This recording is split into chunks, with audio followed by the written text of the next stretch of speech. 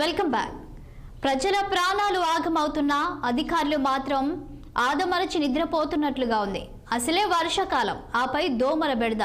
మధ్యతరగతి పేదల పరిస్థితి ఆగమ్య గోచరంగా ఉంది.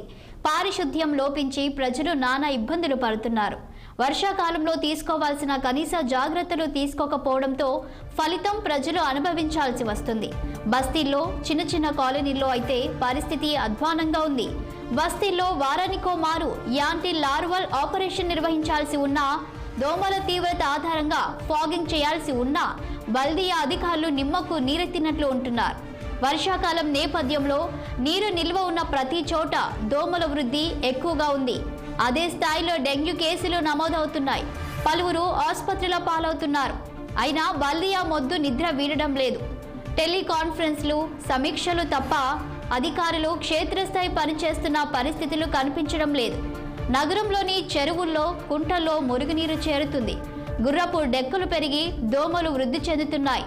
చెరువులు, కుంటలు ఉన్న పరిసరాల్లో జ్వరాల తీవ్రత అధికంగా ఉంది.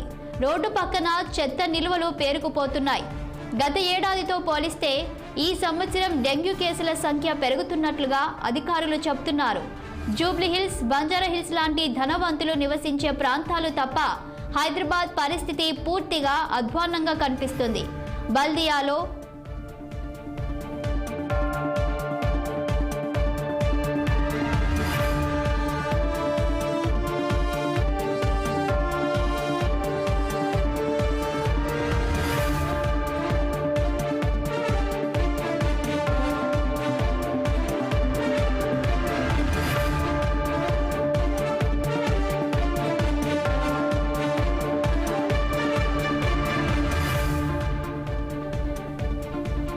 బల్దియాలో 2500 మంది వరకు ఎంటమాలజీ కార్మికులున్నారు.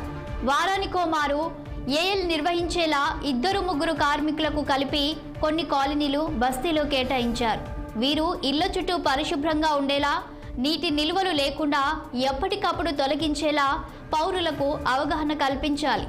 డెంగ్యూ, మలేరియా వ్యాధి కారక దోమలు ఎలా వృద్ధి చెందుతాయి, లార్వా దశలోనే ఎలా నియంత్రించాలనే దాని మీద ప్రజలకు అవగాహన కల్పించాలి. కరోనా అనంతరం గ్రేటర్ పరిధిలోని పలు ప్రాంతాల్లో యాంటీ లార్వల్ ఆపరేషన్, ఫాగింగ్ ప్రక్రియలు గాడి తప్పాయి.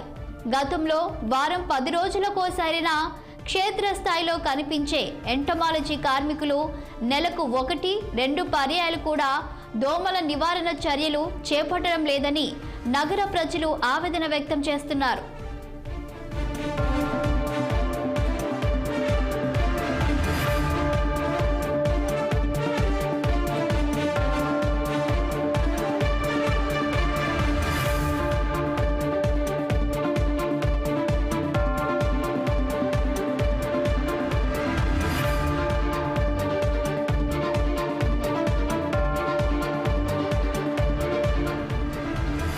విఐపీలు, ధనవంతులు ఉండే ప్రాంతాల్లో క్రమం తప్పకుండా రక్షిత చర్యలు చేపడుతున్న అధికారులు కాలనీలను, బస్తీలను మాత్రం వదిలివేస్తున్నారు.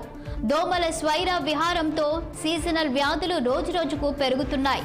రెక్కాడితే కానీ డొక్కాడని బతుకులకు ఆసుపత్రి ఖర్చులు భారంగా మారాయి. ప్రజలకు అవగాహన కల్పించాల్సిన ఆరోగ్య శాఖ తన కర్తవ్యాన్ని విస్మరించినట్లుగా కనిపిస్తుందని ప్రజలు ఆరోపిస్తున్నారు. ఇప్పటికైనా బల్దియా అధికారులు, వైద్య ఆరోగ్య శాఖ అధికారులు నిద్రమత్తు వీడి పారిశుద్ధ్యంపై దృష్టి సారించాలని ప్రజలు కోరుతున్నారు. డెంగ్యూ మహమ్మారి విజృంభించక ముందే నివారణ చర్యలు చేపట్టాలని కోరుతున్నారు.